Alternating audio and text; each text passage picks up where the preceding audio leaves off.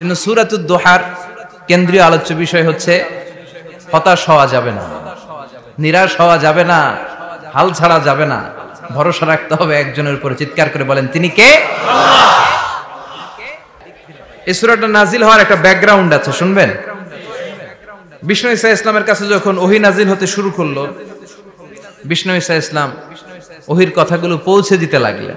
যাই নাজিল হতো বিষ্ণুনবী পৌঁছে দিতেন, বিশ্বনবী সাহাবাদের কাছে শেয়ার করে দিতেন। যেটাই নাজিল হতো তিনি পৌঁছে দিতেন, যেটাই, কারণ আল্লাহর আদেশ, ইয়া আইয়ুহার রাসূল বাল্লিগ মা উনজিলা ইলাইক, ও নবী আপনার কাছে আমি ওহী থেকে যা নাজিল করি সব পৌঁছে দেন, একটাও গোপন করা যাবে।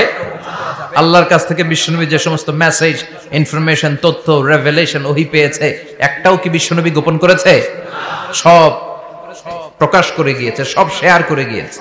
বিশ্বনবী শেয়ার করতে লাগলেন। সকালে যা নাজিল হয় শেয়ার করেন, দুপুরে নাজিল হয় শেয়ার করেন, রাতে নাজিল হয় শেয়ার করেন, শেয়ার করতে লাগলেন।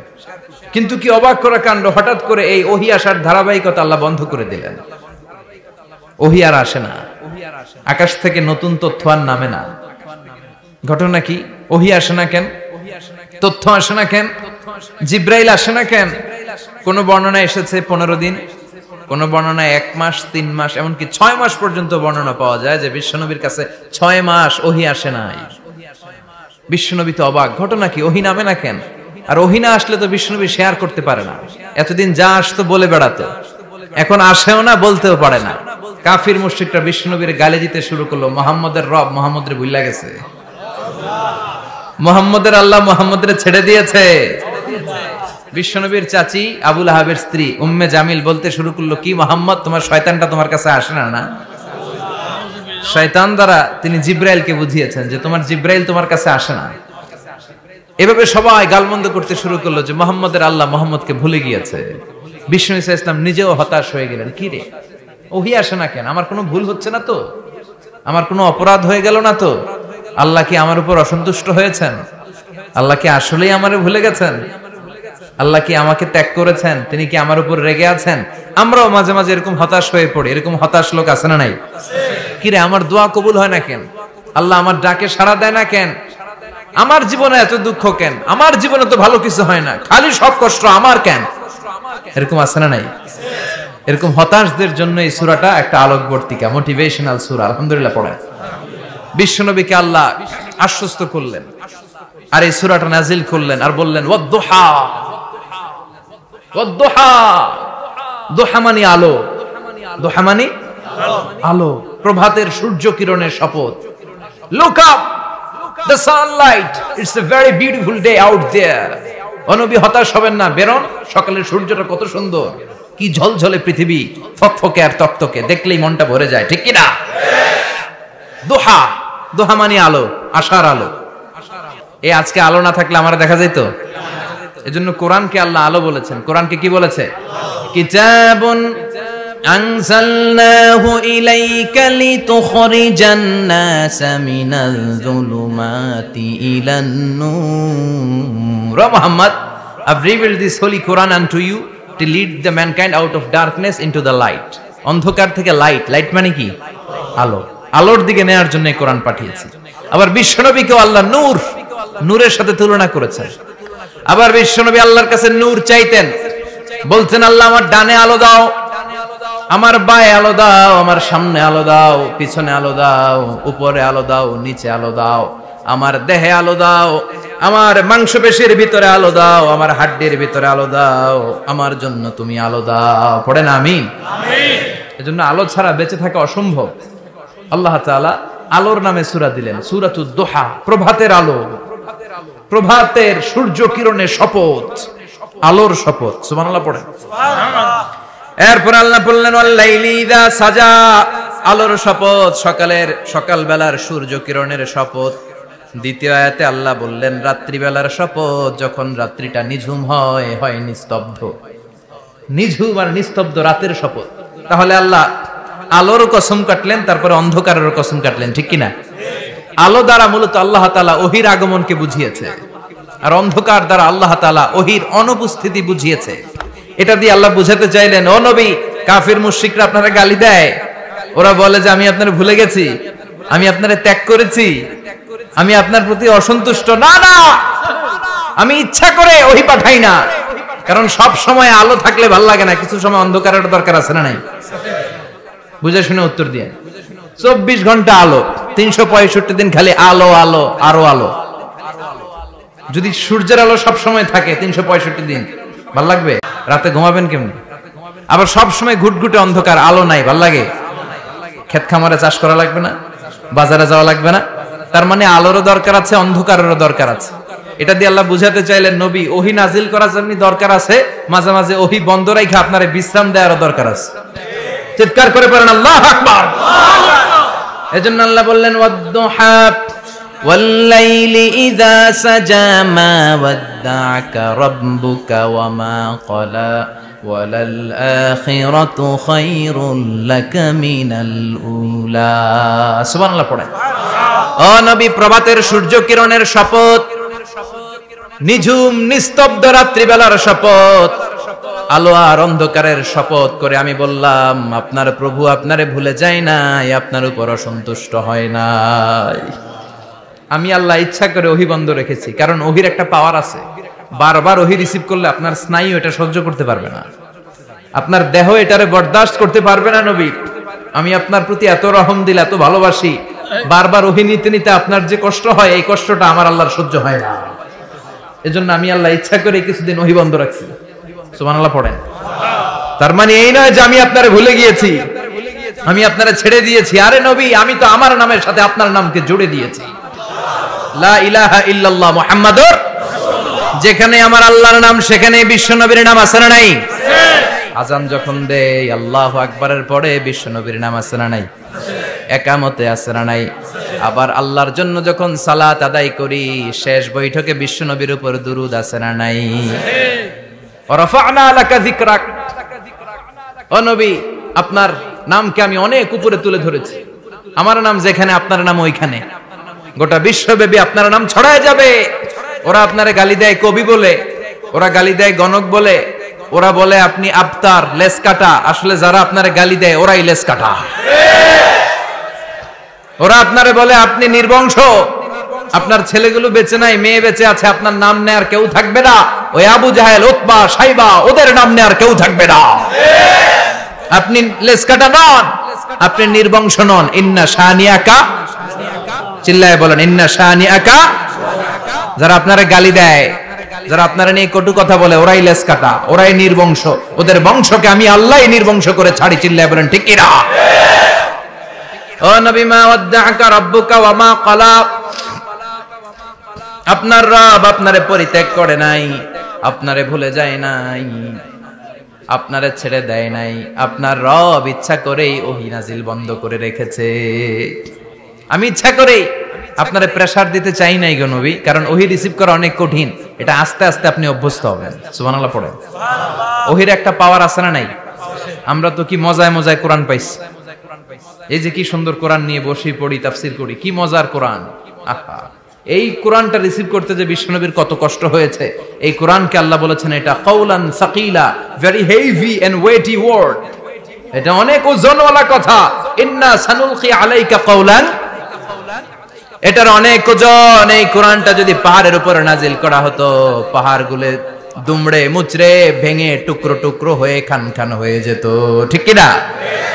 এত কঠিন বানিয়ে এটা। ও নবী, আমি আলোর সাথে ওহীর মিল ঘটিয়েছি, আলো দিয়ে ওহীকে বুঝিয়েছি। সূর্যের যেমনি কিরণ আছে, তেজ আছে, এই ওহীরও একটা তেজ আছে। এই তেজ, এই কিরণ আপনি সব সময় সহ্য করতে পারবেন না। এজন্য আমি ইচ্ছা করে কিছুদিন ওহী নাজিল করা বন্ধ করে রেখেছি। সুবহানাল্লাহ পড়েন। ইচ্ছে করে আমি নাজিল করি নাই। সব সময় নাজিল হলে আপনার ভালো লাগতো না। বুখারীর বর্ণনা, মা আয়েশা বলতেন, শীতের রাতে, কনকনে মাঘ মাসের শীতের রাতে যখন বিশ্বনবীর উপর কোরআনের আয়াত নাজিল হতো, বিশ্বনবী ঘেমে ঘেমে একাকার হয়ে যেতেন। হাত্তা লা ইয়াতাফাসসাদু জাবিনুহু আরাকান। বিশ্বনবীর দাড়ি আর থুতনি বেয়ে ঝরঝর করে পানি পড়তো। আমরা কম্বল গায়ে দিয়ে থাকি আর বিশ্বনবী ঘামে। সুবহানাল্লাহ কইবেন না? এটা কাওলান সাকিলা, অনেক ওজনওয়ালা কথা। আবার বিশ্বনবী যখন ওটের উপরে বসে থাকা অবস্থায় কোরআনের আয়াত নাজিল হতো, ওটের বুকটা মুহূর্তের মধ্যে বালুর মধ্যে, জমিনের মধ্যে লেগে যেত। ঘোড়ায় চড়া অবস্থায় বিশ্বনবীর কাছে যখন কোরআন নাজিল হতো, ঘোড়ার পা গুলো মরুভূমির বালুতে দেবে যেত। মাঝে মাঝে বিশ্বনবী সাহাবাদের রানের উপরে, পায়ের উপরে মাথা দিয়ে শুয়ে পড়তেন, ক্লান্ত শ্রান্ত। যায়েদ বিন হারেসা, বিশ্বনবীর পালক পুত্র, তার পায়ের উপরে মাথা রেখে বিশ্বনবী একবার কথা বলতে বলতে ঘুমিয়ে পড়লেন, ঘন্টাখানিক ঘুমালেন। যায়েদ বিন হারেসা বলে, আমার কাছে তেমন কোনো কষ্টই হচ্ছে না, বিশ্বনবীর মাথাটা খুব বেশি ওজন মনে হচ্ছে না। ঘন্টাখানিক পর বিশ্বনবীর চোখ খুললেন, আর খোলা মাত্রই ওনার উপর ওহী কোরআনের আয়াত নাজিল করতে শুরু করলো। কে? যায়েদ বিন হারেসা বলে, যখনই কোরআনের আয়াত নাজিল হতে শুরু করলো, আমার মনে হচ্ছে বিশ্বনবীর মাথাটা 50-60 কেজি ওজন বেড়ে গিয়েছে। বিশ্বনবীর মাথার ওজনে আমার পায়ের রান ফেটে যাবে, আমার পায়ের হাড্ডি ফেটে যাবে, আমার পাটা ভেঙে খান খান হয়ে যাবে মনে হচ্ছিল। তার মানে কোরআনের আয়াত যখন নাজিল হয়, বিশ্বনবীর উপর একটা প্রেসার আছে না নাই? এজন্য আল্লাহ বললেন, নবী আমি আপনার ভুলে যাই নাই। কাফেররা যেমনি আপনারে গালি দেয় যে আমি আপনারে ভুলে গিয়েছি, আপনার উপর আমি অসন্তুষ্ট, নেভার, অসম্ভব। আমি আপনার উপর কখনো অসন্তুষ্ট নই, বরং আমি ইচ্ছা করি আপনার উপর থেকে প্রেসার কমিয়ে দেওয়ার জন্য কয়েকদিন ইচ্ছা করে আপনারে ছুটিতে রাখছি। সুবহানাল্লাহ পড়েন, যাতে করে আবার এনার্জি গায়ে নেওয়ার পরে নতুন করে কোরআনের আয়াত রিসিভ করার জন্য আপনি সক্ষম হন। চিল্লায় পড়তে হবে আল্লাহু আকবার। এজন্য আল্লাহ বললেন, ওয়াদ-দুহা ওয়াল-লাইলি ইযা সাজা মা ওয়াদ্দা'আকা রাব্বুকা ওয়া মা ক্বালা ওয়ালাল আখিরাতু খায়রুল লাকা মিনাল উলা। এরপর আল্লাহ বললেন, নবী ওয়ালাল আখিরাতু খায়রুল লাকা মিনাল উলা, and verily indeed the hereafter is far better for you than this dunya. এই দুনিয়ার চেয়ে আপনার জন্য আখিরাতটা অনেক দামি। খায়রুল লাকা মিনাল উলা, এই দুনিয়ার চেয়ে আখিরাতটা অনেক শ্রেষ্ঠ। এতে আল্লাহ বললেন দুনিয়ার চেয়ে আখিরাত শ্রেষ্ঠ, আর এক আয়াতে আল্লাহ বললেন দুনিয়ার চেয়ে আখিরাত হলো স্থায়ী। ঠিক কি না? বাল তু'থিরুনাল হায়াতাদ দুনিয়া ওয়াল আখিরাতু খায়রুন ওয়া আবকা। তোমরা দুনিয়ার জীবন নিয়ে পাগল পাড়া হয়ে থাকো, আল্লাহ বললেন দুনিয়ার জীবনের চাইতে আখিরাতের জীবন শ্রেষ্ঠ এবং স্থায়ী। সেটাই বিশ্বনবীরে বললেন, নবী কাফির মুশরিকদের কথা আপনি কান দিবেন না, ওদের কথায় হতাশ হবেন না, নিরাশ হবেন না, হাল ছাড়বেন না, ভরসা রাখবেন কার উপর? কারণ ওয়ালাল আখিরাতু খায়রুল লাকা মিনাল উলা, এই দুনিয়ার জীবন ক্ষণস্থায়ী জীবন, চিরকালীন জীবন হলো আখিরাত। নবীরে কিভাবে আশ্বাস দিতেছে দেখছেন, অ্যাসিউরেন্স করতেছে, কনফার্মেশন। এই সূরাটা যে শান্তির সূরা, মোটিভেশনের সূরা, অনুপ্রেরণার সূরা, ইন্সপাইরেশন যে জায়গায়, প্রতিটা আয়াতে আপনি ইন্সপাইরেশন পাবেন। তো প্রতিটা আয়াতে আপনি উজ্জীবিত হবেন, সজীব হবেন, এনথিউজিয়াস্টিক এন্ড এনার্জেটিক হবেন, আপনি এনার্জি ফিরে পাবেন। আলহামদুলিল্লাহ পড়েন। এরপর বিশ্বনবীর আরো খুশি করার জন্য আল্লাহ বললেন, ওয়ালা সাউফা ইউতিকা রাব্বুকা ফাতারদা। ও নবী, অচিরে এমন এমন জিনিস আমি আপনারে দান করব, এগুলো পেয়ে আপনি খুশি হয়ে যাবেন। আল্লাহর কাজই হলো বিশ্বনবীরে খুশি রাখা। Verily I'm going to give you something that will make you happy. এমন জিনিস আপনারা দিব নবী, আপনি খুশি হয়ে যাবেন। আল্লাহর কাজই হচ্ছে বিশ্বনবীরে খুশি রাখা। যেখানে বিশ্বনবীর মন খারাপ, ওইখানে বিশ্বনবীর আল্লাহ আছে না নাই? বিশ্বনবীর উপাধি দিয়েছেন আল্লাহ হাবিবুল্লাহ। কি দিয়েছে? আর সাইয়েদনা ইব্রাহিমের উপাধি খলিলুল্লাহ। দুইজনই আল্লাহর প্রিয়, দুইজনই উলুল আজমি মিনার রাসূল। কিন্তু খলিল মানেও বন্ধু, হাবিব মানেও বন্ধু। খলিল মানে এমন বন্ধু যেই বন্ধু আল্লাহরে খুশি করার জন্য কাজ করে, আর হাবিব মানে এমন বন্ধু যেই বন্ধুরে খুশি রাখার জন্য আল্লাহ নিজেই কাজ করে। কি শান, কি মান এই নবীর, আর ওই নবীরে গালি দেয়। কিভাবে নবীর আল্লাহ খুশি রাখবে শুনবেন? শুনবেন শুনবেন দেখেন, খেয়াল করে বুঝতে হবে কিভাবে আল্লাহ তাআলা বিশ্বনবীকে খুশি করেন। দেখেন বিশ্বনবীর প্রথম কোথায় খুশি করলেন? বিশ্বনবী মক্কার জমিনে দাওয়াতি কাজ যখন শুরু করলেন, তিনি দেখলেন বিশ্বনবী খুব ভালো অ্যানালাইসিস করতে পারতেন। তিনি মক্কার সোসাইটিটাকে, সমাজটাকে বিশ্লেষণ করে অ্যানালাইজ করে উনি দেখলেন যে এই মক্কায় দাওয়াতি কাজের একটা শক্ত অবস্থান নিতে হলে দুইজন লোকের একজন আমার চাই। সুবহানাল্লাহ পড়েন। কি বিশ্লেষণ শক্তি, কি চিন্তা শক্তি! উনি ঘেটে ফেললেন, উনি বুঝে ফেললেন সবাইকে দেখে যে দুইজনের একজন আমার সাথে না থাকলে আমার দাওয়াতি কাজ চালানো কষ্ট হয়ে যাবে। এজন্য গভীর রাতে তাহাজ্জুদের নামাজ শেষে আল্লাহর কাছে কেঁদে কেঁদে বিশ্বনবী দোয়া করে, আল্লাহ আল্লাহুম্মা আইজ্জাল ইসলাম বি আহাব্বির রাজুলাইনি ইলাইক।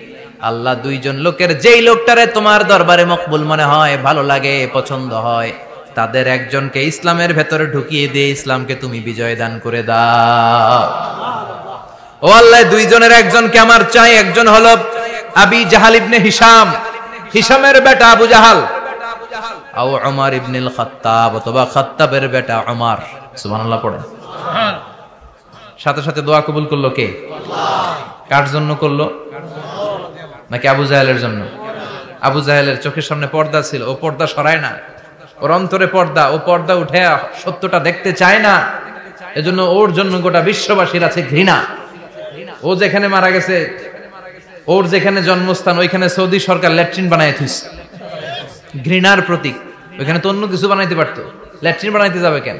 গোটা বিশ্বের মানুষ যায় যেন এটা ভরাই দিয়ে আসতে পারে। কথা বলেন। এই বেয়াদবটার জন্য আল্লাহ দোয়া কবুল করে নাই। ওমরে ফারুক রাগী ছিলেন, কিন্তু সত্য প্রকাশে, সত্য গ্রহণে আপোষহীন। সত্য দেখলেই উনি মেনে নিতেন। এটা জাহেলি যুগে ওনার মধ্যে এই গুণ ছিল। আল্লাহু আকবার। বিশ্বনবী কেঁদে কেঁদে দোয়া করে, আল্লাহ মক্কার জমিনে এই দুইজনের একজন যদি কালেমা না পড়ে, মক্কার জমিনে দাওয়াতি কাজ চালিয়ে যাওয়া কঠিন হয়ে যাবে। হয় হিশামের বেটা আবু জাহেল কিংবা খাত্তাবের বেটা ওমরকে তুমি ইসলামে ঢুকাও। আল্লাহ ওমরের জন্য দোয়া কবুল করলেন। বিশ্বনবী তখনও বুঝতে পারেন এই দোয়াটা কার জন্য কবুল।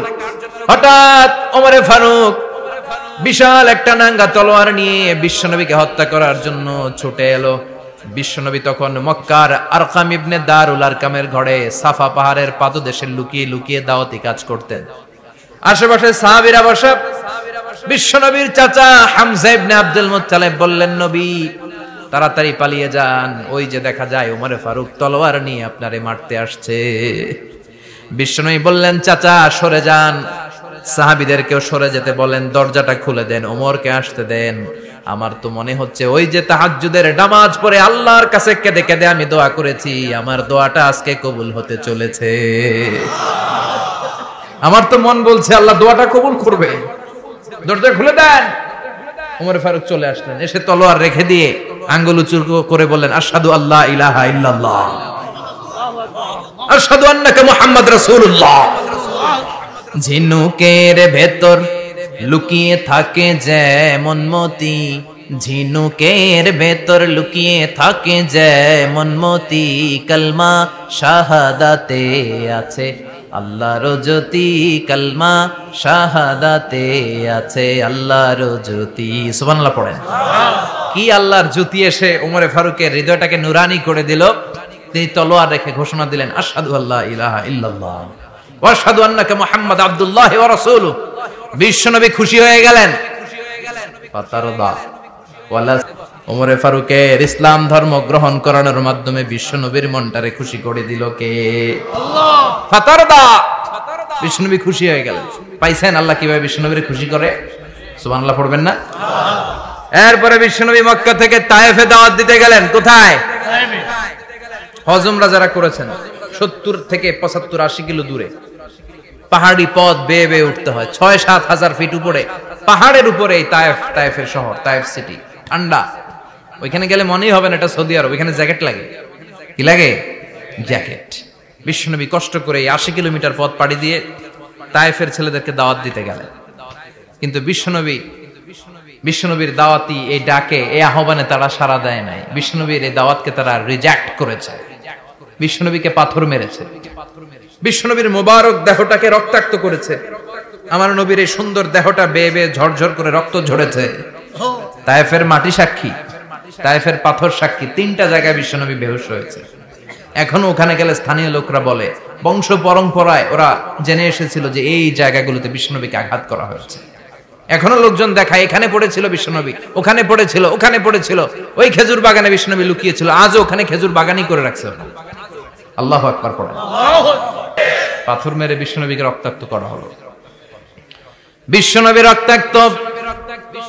বিশ্বনবীর সাহাবা সাইয়েদনা যায়েদ রাদিয়াল্লাহু তাআলা আনহু কুয়া থেকে পানি এনে বিশ্বনবীর গা থেকে রক্তগুলো ঝেড়ে ফেলে দেয়। বিশ্বনবীর গায়ের মধ্যে পানি দিয়ে হাত পাগুলো ধুইয়ে দেয়, বিশ্বনবী কাঁদে, আহা কাঁদে, রহমতের নবী কাঁদে, আরেকজনের জন্য কাঁদে, নিজের কোনো লাভ নাই। মায়ের খাইছে, ওরা যেন বাঁচে জাহান্নামের আগুন থেকে। সুবহানাল্লাহ কইবেন না? ওদেরকে বাঁচাইতে আসছিল জাহান্নামের মায়ের থেকে, জাহান্নামের শাস্তি থেকে, ওদেরকে বাঁচানোর জন্য নবী মায়ের খেয়েছে। চিল্লায় এখন ঠিক কিনা? কেঁদে কেঁদে বিশ্বনবী হয়রান। যায়েদ রাদিয়াল্লাহু তাআলা আনহু বিশ্বনবীর সান্ত্বনা দেন, নবী কাঁদবেন না। হামলাতুল জিবাল, পাহাড় রক্ষী ফেরেশতারা এসে বলে, নবী আপনি শুধু অর্ডার করেন, এই যে পাহাড়ের গিরিপথ, এই দুইটা গিরিপথ, এই দুইটা পাহাড় এমন ভাবে দুই দিক থেকে চাপা দেব গো নবী, তায়েফের সবগুলো ছেলেরে মুহূর্তের মধ্যে ধূলিসাৎ করে দেব। বিষ্ণুই বললেন, না আমি ক্ষমা করে দিলাম, আমি ক্ষমা করে দিলাম। আমার গায়ের উপরে যারা অত্যাচার করে এর কোনোটার প্রতিশোধ আমি নেই না, আমি শুধু প্রতিশোধ নেই যারা ইসলামের বিরোধিতা করে। চিল্লায় বলেন ঠিক কিনা? বিশ্বনবীকে আঘাত করা হয়েছে, তার গায়ে শারীরিক কষ্ট, এটার শাস্তি বিশ্বনবী দিতেন না, কখনোই দিতেন না, ক্ষমা করে দিতেন। কিন্তু ইসলামকে মারাত্মক ভাবে যদি ইসলামের বিরুদ্ধাচরণ কেউ যদি করত, শুধু তাদের উপর বিশ্বনবী তলোয়ার চালাতেন। চিৎকার করে বলতে হবে ঠিক কিনা? বিশ্বনবী কাঁদলেন। কে দেখে বিশ্বনবীর কান্না, নিজের জন্য কাঁদে না, ওদের জন্য কাঁদে। আর বললেন, না ফেরেশতারা ওদেরকে তোমরা মেরে ফেলো না, হয়তো ওরা কালিমা পড়ে নাই, ওদের ভবিষ্যৎ প্রজন্মদের মধ্য থেকে কেউ না কেউ কালিমার বাণী পড়বে। তাই হয়েছে। তায়েফে গেলে হৃদয়টা ঠান্ডা হয়ে যায়। মসজিদ আর মসজিদ, মসজিদ আর মসজিদ, আল্লাহওয়ালাদের ভিড়, চমৎকার এক পরিবেশ, তায়েফের পরিবেশ। বিশ্বনবী কেঁদে কেঁদে হয়রান। আল্লাহর রসের উপর থেকে টের পাচ্ছে বিশ্বনবীর মনটা ভালো না। এত আশা নিয়ে, ভরসা নিয়ে, কোথাও জায়গা না পেয়ে তায়েফের এখানে আসলাম দাওয়াত দেওয়ার জন্য। তায়েফের ছেলেগুলো দাওয়াতের আমার দাওয়াত গ্রহণ করলো না। বিশ্বনবীর মনটা বড্ড খারাপ। বিশ্বনবী নামাজে দাঁড়িয়ে গেলেন। বিশ্বনবী নামাজে দাঁড়িয়ে তেলাওয়াত করছেন, পাশ দিয়ে একদল জিন বিশ্বনবীর পাশ দিয়ে চলে যাচ্ছিল। একদল জিন, জিন জাতি চলে যাচ্ছে, আর বিশ্বনবীর তেলাওয়াত শুনে তারা থমকে দাঁড়ায়। কিরে এত সুন্দর কোরআন, এরকম তো শুনি নাই। ইনি কে? খোঁজখবর নিয়ে দেখলেন ইনি বিশ্বনবী। সুবহানাল্লাহ পড়েন। তারপরে এরা ছুটে গেল এলাকায়। এলাকায় যে এরা ঘোষণা দেয়া শুরু করলো, ইন্না সামি'না কুরআনান আজাবা ইয়াহদি ইলার রুশদি ফাআমান্না বিহি, নিশ্চয় আমরা আজীব চমৎকার কোরআন তেলাওয়াত শুনে এসেছি। এই তেলাওয়াত সাধারণ তেলাওয়াত নয়, এই আয়াত দুনিয়ার মানুষের বানানো আয়াত নয়, এই আয়াতগুলো পাঠিয়েছে কে? এই আয়াতগুলো ইয়াহদি ইলার রুশদি, হেদায়েতের দিকে মানুষকে পথ দেখায়।